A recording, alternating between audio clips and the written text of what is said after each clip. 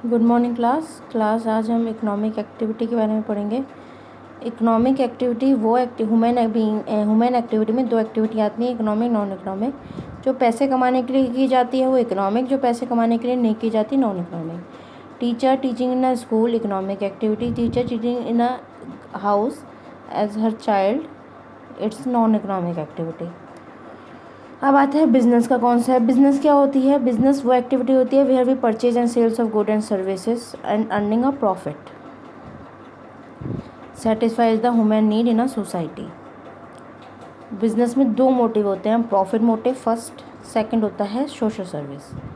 कि ये भी ना हो कि हम सिर्फ प्रॉफिट के लिए सोशल सर्विस को भूल जाएं, ठीक है, और ये भी ना हो कि हम सिर्फ सोशल सर्विस ही करें, प्रॉफिट ना कमाएं। दोनों चीज़ों को लेते हुए चलना पड़ता है हमें बिज़नेस में। बिज़नेस के अगर फीचर्स की बात करें तो बिज़नेस हमारे एक तो इकोनॉमिक एक्टिविटी होती है, एक इसमें गुड एंड सर्विसेज का प्रोडक्शंस होता है, सेल करते हैं हम, एक्सचेंज करते हैं गुड एंड सर्विसेज, डीलिंग करते हैं good and services, regular basis पे प्रॉफिट अर्न करते हैं, अनसर्टेनिटी ऑफ रिटर्न होता है, एलिमेंट ऑफ रिस्क होता है। 3 टाइप्स ऑफ बिजनेस, प्रोफेशन और एम्प्लॉयमेंट बहुत इंपॉर्टेंट कॉन्सेप्ट है। आई थिंक होप इसमें 11th क्लास की बुक में आपका एनसीईआरटी में भी दे रखा होगा। डिफरेंस इसका बहुत इंपॉर्टेंट होता है। जब आप लोग बुक परचेज़ कर लेंगे तो मैं आपको टिक मार्क करवा दूंगी, इसका डिफरेंस ज़रूर लर्न कर लीजिएगा। Business, profession, employment. बिजनेस अभी मैंने ऊपर समझाया, बिजनेस क्या होता है। प्रोफेशन क्या होता है ये समझा देती हूँ। प्रोफेशन होता है जहाँ पे आप नॉलेज और स्किल अपनी अप्लाई करते हो। जैसे आप MBA प्रोफेशन से हो, CA प्रोफेशन से हो, CS प्रोफेशन से हो या डॉक्टर प्रोफेशन से हो, मतलब अपनी फील्ड की complete knowledge with skill. Employment होता है जितने भी आपके गवर्नमेंट सेक्टर की जॉब्स होती हैं, जो आप एम्प्लॉयमेंट कर रहे हो, नौकरी कर रहे हो, वो आपका एम्प्लॉयमेंट में आता है। अब बिज़नेस के ऑब्जेक्टिव की बात करें तो एक होता है, पहला ऑब्जेक्टिव अर्निंग प्रॉफिट, से प्रॉफिट कमाना। दूसरा होता है क्रिएशन करना, कस्टमर को क्रिएट करना मार्केट में। थर्ड होता है इनोवेशन, इनोवेट करना, ठीक है, इम्प्रूव करना मेथड ऑफ प्रोडक्शन का और डिस्ट्रीब्यूशन का। न्यू मशीन अप्लाई करके इनोवेट, न्यू टेक्नोलॉजी से इम्प्रूव करना टेक्नोलॉजी और वैरायटी ऑफ गुड्स को यूज़ करना। फिर होता है optimum utilization of resources. Optimum utilization of resources से मतलब होता है कि मैन, मटेरियल और मनी का प्रॉपरली यूज़ करें, मशीनरी का। Maximum benefit from their resources. फिर है इम्प्रूविंग प्रोडक्टिविटी। इम्प्रूविंग प्रोडक्टिविटी का मतलब होता है every business enterprises must aim at a greater productivity. सब बिजनेस का मेन एम होता है हम अच्छे से अच्छा कमाएं, उनका अच्छे से अच्छा ग्रोथ हो, ठीक है। रिड्यूस करें वेस्टेज एंड एफिशिएंट यूज़ करें मशीन का, इक्विपमेंट का, ह्यूमन रिसोर्सेज का और मनी का। फिर होता है सोशल ऑब्जेक्टिव। सोशल ऑब्जेक्टिव से मतलब होता है सोसाइटी के लिए जो बेनिफिशियल पोर्शन होता है, जिसमें हम अर्न करते हैं प्रॉफिट, ठीक है, सेलिंग करते हैं good and services. Social objective को फोकस करते हुए कोई भी गुड को हम प्रोड्यूस करें और गुड को प्रोड्यूस करने के बाद उसमें प्रॉफिट अर्न करें, लेकिन सोशल ऑब्जेक्टिव हम माइंड में सेट करते हुए रखें। जैसे क्वालिटेबल गुड दें, सर्विस दें फेयर प्राइस पे, ISI और मार्क का गुड्स हो, FPO मार्क के गुड्स हो, हॉल मार्क होना चाहिए ज्वेलरी पे।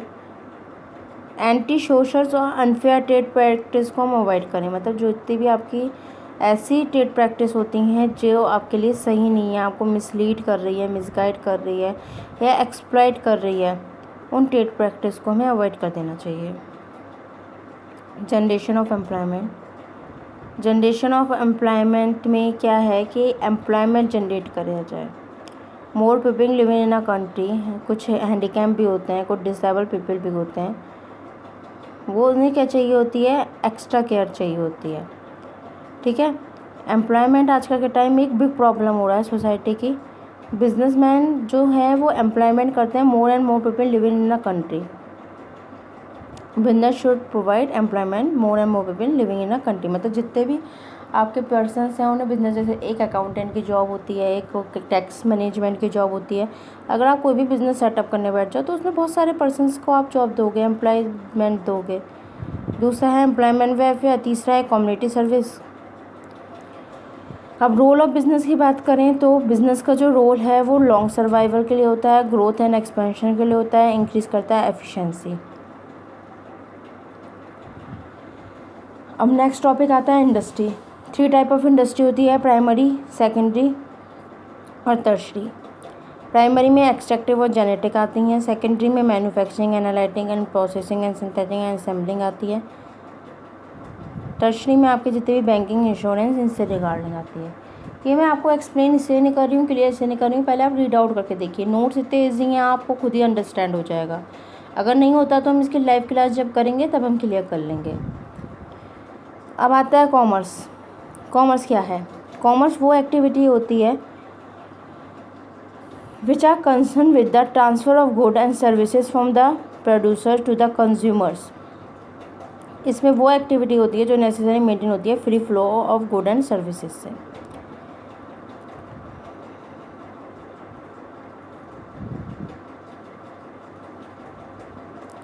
अब इंटरनल ट्रेड आती है, एक्सटर्नल ट्रेड आती है, होलसेल ट्रेड होती है, रिटेल ट्रेड होती है, wholesale market, retail market. External में इम्पोर्ट होते हैं, एक्सपोर्ट होते हैं, इंटरपोर्ट होते हैं, जिसमें ऑक्सिलरी ट्रेड में आपकी वो वाली ट्रेड होती है जिसमें आप ओवरव्यू देखते हो सारी ट्रेड का, डिस्ट्रीब्यूशन करते हो गुड्स एंड सर्विसेज का, transport and communication, banking and finance और इंश्योरेंस, वेयर हाउसेज, एडवर्टीजमेंट सब इन्वॉल्व होते हैं। बिजनेस, कोई भी बिजनेस करने जाओ उसमें रिस्क तो होता ही है, उसमें प्रॉफिट भी हो सकता है, लॉस भी हो सकता है, कंपटीशन भी होता है बढ़ा हुआ। 2 टाइप ऑफ रिस्क होते हैं, नेचुरल रिस्क और आर्टिफिशियल रिस्क। नेचुरल रिस्क में मतलब जो भी हमारे अर्थक्वेक से हो रहा है, साइक्लोन से हो रहा है, कोई भी नेचुरल फैक्टर से होता है नेचुरल रिस्क। और आपकी जो भी होता है ह्यूमन रिस्क, उसमें आता है जो भी आप पर्सन के थ्रू, जैसे कोई पर्सन आपको लॉस दे के जाए, आपके साथ करप्ट करे बिज़नेस में, या फिर आपको चीट करे बिज़नेस में, तो वो सारी बिज़नेस होता है ह्यूमन आर्टिफिशियल रिस्क या ह्यूमन रिस्क बोल सकते हो। अकाउंटेंट आपका बैलेंस शीट गलत शो कर दे, है ना, तो ये सारी होती हैं। अब बिज़नेस को स्टार्ट करने के लिए हमें क्या चीज़ें देखनी चाहिए? तो लोकेशन देखनी चाहिए, साइज़ देखना चाहिए, बिज़नेस हमारा लेवल कितना है, बिज़नेस में कैपिटल हम कितनी यूज़ कर रहे हैं, कैपिटल से मतलब होता है पैसों से। अब फिर होता है बिज़नेस एंटरप्राइजेज़ की लोकेशन कहाँ रखें, कहाँ पे हमारा बिज़नेस अच्छे से चल पाएगा, कितनी फाइनेंशियल की पैसों की हमें आवश्यकता पड़ेगी, प्लांट का हम कैसे लेआउट कर सकते हैं, कॉम्पिटेंट और कमेटिव वर्कफोर्स कैसे हो सकता है, टैक्स की प्लानिंग कैसे कर सकते हैं, सेटअप ऑफ एंटरप्राइजेस कैसे कर सकते हैं, ये सारी चीज़ें आपकी इन्वॉल्व होती हैं बिज़नेस को स्टार्ट करने के लिए। तो स्टूडेंट्स, हमारा ये चैप्टर यहीं पे कंप्लीट होता है। मैंने ज़्यादा एक्सप्लेनेशन नहीं की है, बहुत छोटी सी वीडियो बना के आपको सारा चीज़ें क्लियर की हैं, क्योंकि लेंथी वीडियो आप लोग देखना पसंद नहीं करते हो। लेकिन इतनी वीडियो आप अच्छे से देखो भी, समझो भी टॉपिक, और अपना वर्क भी नोट डाउन करो। हाँ, हम इसकी लाइव क्लास लेंगे, जब आपको कोई क्वेरी होगी या प्रॉब्लम होगी तो हम लाइव क्लास में डिस्कस कर लेंगे। पहले सिर्फ नोट्स प्रिपेयर करिए, कॉपी में नोट डाउन करिए, उसे 2-3 बार रीड करिए, वीडियो को 2-3 बार समझिए। नोट्स की लैंग्वेज इजी है, आई होप आपको क्लियर हो जाएगी अपने आप ही, कोई ऐसे रिक्वायर्ड नहीं पड़ेगी मेरे समझाने की। अगर फिर भी 1% आपको रिक्वायर्ड पड़ेगी तो हम लाइव क्लास में डिस्कस कर लेंगे। अब बहुत बच्चों की क्वेरी आ रही थी, मैम चैप्टर 2 आपने पहले भेजा था। बेटा चैप्टर 2 अभी कंप्लीट नहीं है, अगर जिसने कर लिया है अच्छी बात है, जिसने नहीं किया है तो बस स्पेस छोड़ दो, जितने टॉपिक हुए हैं ठीक है, स्पेस छोड़ दीजिए, लेकिन चैप्टर 1 पहले कंप्लीट करिए, इसे समझिए, लर्न करिए। चैप्टर 2 की मैं PDF स्टार्टिंग से भेजूँगी, जो टॉपिक आपके कवर हो चुके हैं वो आप नोट डाउन मत करिएगा, जो टॉपिक नहीं कवर हुए हैं वो नोट डाउन कर लीजिएगा। लेकिन चैप्टर 2 हम दोबारा से पढ़ेंगे और अच्छे से पढ़ेंगे, उसे मैं एक्सप्लेन करूँगी। वो धोखे से फॉरवर्ड हो गई थी वीडियो, PDF उसकी धोखे से फॉरवर्ड हो गई थी, अदरवाइज़ चैप्टर 1 ही पहले आपका होता। तो अब कोई कन्फ्यूज़न मत रखिएगा, अगर जिसने कर लिया है वो भी अच्छा है, जिसने नहीं किया है वो उसका भी अच्छा है। लेकिन जो टॉपिक आपके हो रहे होंगे उसमें मैं PDF दोबारा से फुल चैप्टर की भेजूँगी, वो आप नोट डाउन मत करिएगा, और जो चैप्टर की PDF टॉपिक नहीं हो रहे होंगे वो आप नोट डाउन कर लीजिएगा। और स्टूडेंट्स, अभी हम चैप्टर के नोट्स करेंगे, 1st और 2nd चैप्टर के, इवन 3rd चैप्टर के भी। उसके बाद में तीनों चैप्टर जब आपके कंप्लीट हो जाएंगे तब मैं उसके रिगार्डिंग केस स्टडी भेजूंगी। इससे इतने आपको टाइम भी मिल जाएगा लर्निंग करने का अच्छे से, क्योंकि केस स्टडी जब आप नोट्स लर्न कर लेते हो तभी सॉल्व होती हैं। और बिज़नेस में 50% पेपर केस स्टडी के ऊपर बेस होता है, इसे केस स्टडी समझाना कंपलसरी है। ओके स्टूडेंट्स, तो आप कंटिन्यू स्टडी करते रहिए, नोट्स प्रिपेयर करते रहिए, और जब लाइव क्लास हो तो क्लास लेते रहिए। Okay student.